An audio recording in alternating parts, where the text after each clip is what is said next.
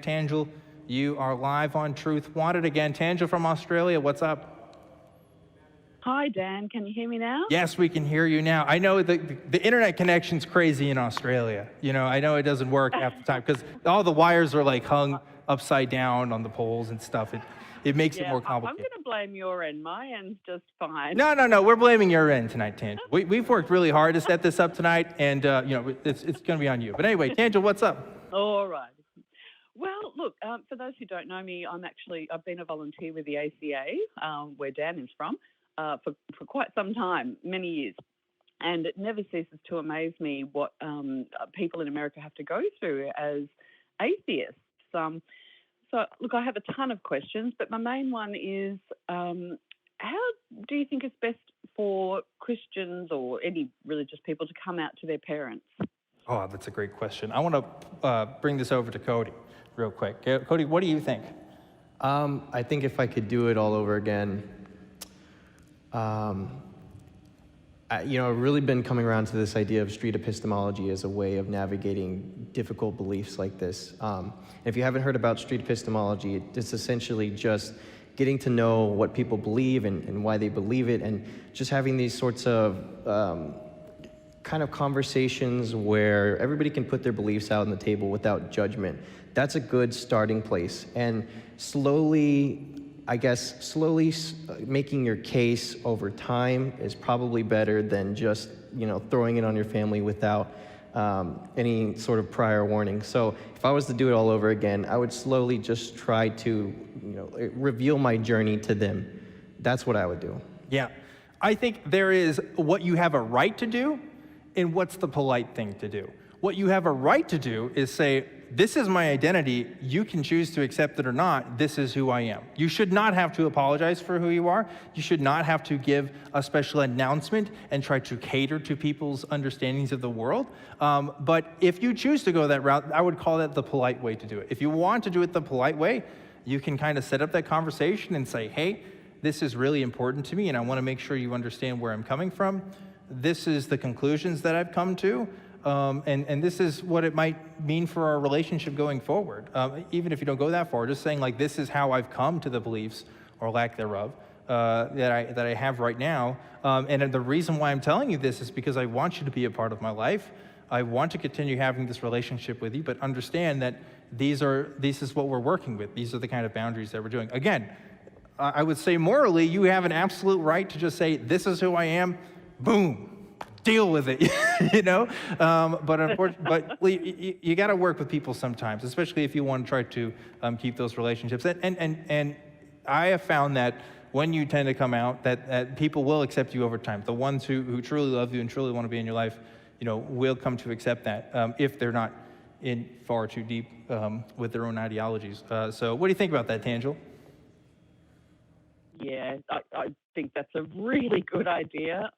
Sadly, so many people lose their tempers and get frustrated and end up coming out in ways that they wish they hadn't. So I think that's really good advice. Yeah. Can I ask one more question? Oh, Tanjil, we are like super low on time, but for you, I'll give you one. Go ahead. Thank you. There's a lot of people who just can't come out. They're either dependent on families or their jobs or whatever it might be, and they're asked to be godparents and go to funerals and weddings. Some people just can't come out for whatever reason. Yep. What advice can you give them for dealing with that? Ooh, Cody, what do you think? I think understanding that, for the Secular Student Alliance, it's not necessarily being atheist that is, the cohesive part of our organization. Just being secular, I think, in and of itself, sometimes is enough. So there's plenty of Christians, plenty of Muslims, Mormons, that they're part of the religion, but essentially in name only. And so I think that if you were to just participate in these kinds of things as a cultural aspect, rather than a religious one, people wouldn't really question it too much, and they would sort of kind of understand, where you stand on, participation in religious belief, because we have all sorts of people that we know like that, non-practicing Catholics, people who are Christian, but they don't go to church, or their spirituality is private. I think maybe that's a good way to navigate that, is just, really just showing off your secular side, rather than just being outspokenly non-religious or atheist, if that's the route that you have to take. Right. I think the cool thing about being an atheist is you get to make that decision of how much you want to tolerate being a part of that system. So like, if the Godfather thing or Godmother thing is really weird for you, you have an absolute right to say, hey, this isn't the kind of thing I want to do. I'd rather it be in a more secular sense, and maybe not participate in something that has its roots in that kind of Christian tradition. There's a lot of things that people say are Christian that aren't, like weddings, for example, and that's when we're at to say, like, hey, I don't want to invoke God in my wedding. I don't want to appeal just to you. This is an event for me, and I think you have every right to do that. The more people that we can that have the confidence to speak out and say, hey, this is me, this is who I am, and you have to deal with that, the more people are going to respect us as a community. But it's a give and take. Yeah, thank you, appreciate it. Absolutely.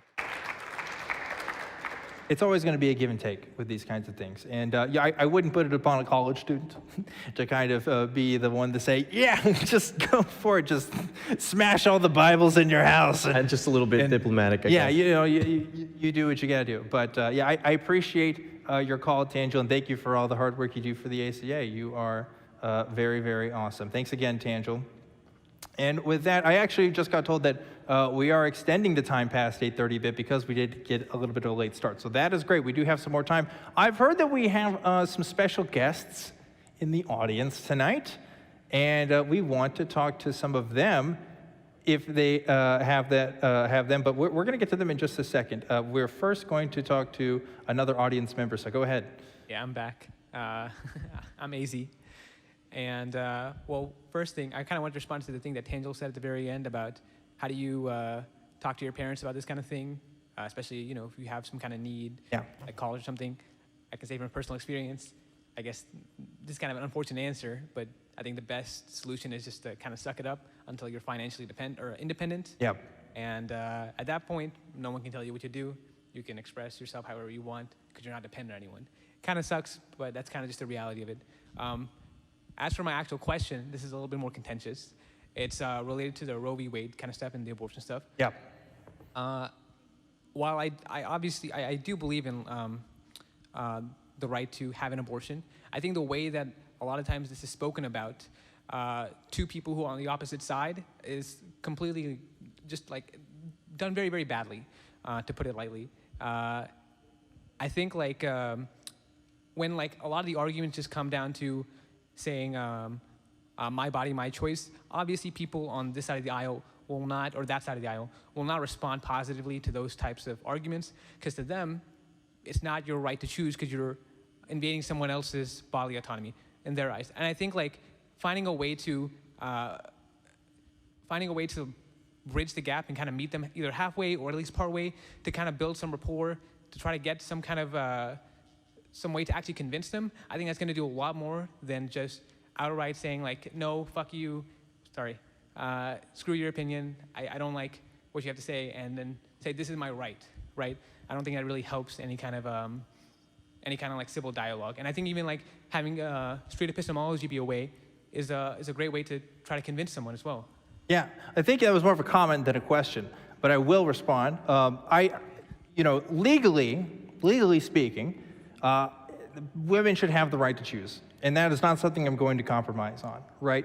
If we're talking about the average American citizen that doesn't have the power to currently influence anything that's happening in the Supreme Court, then yes, there may be some room for concession there if you're at a place where you're comfortable in talking about that. But I do think that the framing is something to watch out for, because evangelicals will often say that you are killing a human life. This is a human being, and this is what you do to, this is what you're doing to that. Depending on your philosophical point of view on what you define a human being is, most people on our side of the aisle don't agree with that, right? They don't actually think it is harming a human being. Or there are some that say even if it is, that the choice is still one that should be made.